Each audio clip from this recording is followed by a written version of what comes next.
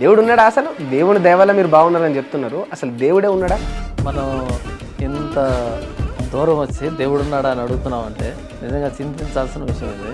ఇక్కడ ఉన్న భారతదేశంలో ఉన్న హిందువులు వేలాది సంవత్సరాలుగా ఇక్కడ హిందూ సనాతన ధర్మానికి సంబంధించిన చారిత్రాత్మక కట్టడాలు, గ్రంథాలు అన్నీ ఉండి వీళ్ళు ఆ దేవుళ్ళను కొలుస్తున్న వీరందరూ నీ దేవుడు ఈ దేవుడు కాదు, నువ్వు యేసుక్రీస్తు నీ దేవుడు అని నమ్మమంటే అంత బుద్ధిగా ఎట్లా నమ్ముతారు? పాస్టర్లేమో క్రైస్తవ్యంలో ఉండే జీసస్ పేరు చెప్తూ, హిందువులు పురోహితులు ఇంకో పూజారులు అయి దేవుడి పేరు చెప్తూ, ముస్లింలు వాళ్ళ అల్లా పేరు చెప్తూ, కొందరు బాబాలు, వీళ్ళందరూ కూడా వ్యక్తిగతంగా వీళ్ళు ఎలివేట్ కావడానికి, వ్యక్తిగతంగా వీళ్ళు ఎదగడానికి, డబ్బులు సంపాదించడానికి దేవుడు అనే ఒక భ్రమను, ఒక లేని రూపాన్ని, లేని పేరును వాడుకుంటారు అని కొందరు నాస్తికులు చెప్తున్నారు.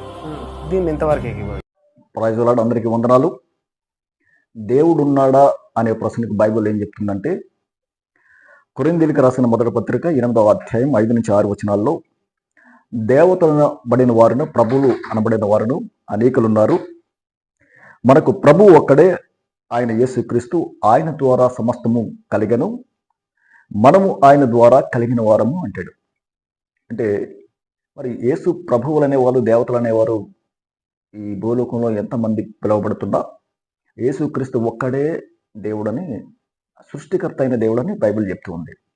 అయితే మరి యేసు ప్రభువే సృష్టికర్త అయిన దేవుడు అనడానికి ఆధారాలు ఏంటి అంటే, ఏ దేవుడైతే నేను సృష్టికర్తనని చెప్పుకుంటున్నాడో ఆ దేవుని గ్రంథంలో మరి సృష్టిని గుర్చిన వివరాలు ఉండాలి. మరి బైబిల్ గ్రంథం సృష్టిని గురించి ఏం వివరిస్తుంది అంటే, యోబు గ్రంథం 6వ అధ్యాయం 9వ అధ్యాయం 6వ వచనంలో, భూమిని దాని స్థలంలో నుండి కదిలించేవాడు ఆయనే అంటున్నాడు. భూమిని దాని స్థలంలో నుండి కదిలించేవాడు ఆయనే.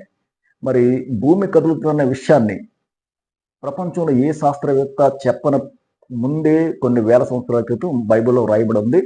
కాబట్టి యేసు ప్రభు దీని ద్వారా సృష్టికర్త అర్థమవుతుంది. ఇంకొక విషయాన్ని మనం చూస్తే, యోబు గ్రంథం 26వ అధ్యాయం 7వ వచనంలో, శూన్య మండలము పైన ఉత్తర దిక్కునున్న ఆకాశ విశాలమును ఆయన పరిచెను, శూన్యము పైన భూమిని వ్రేలాడు చేశాను అన్నాడు.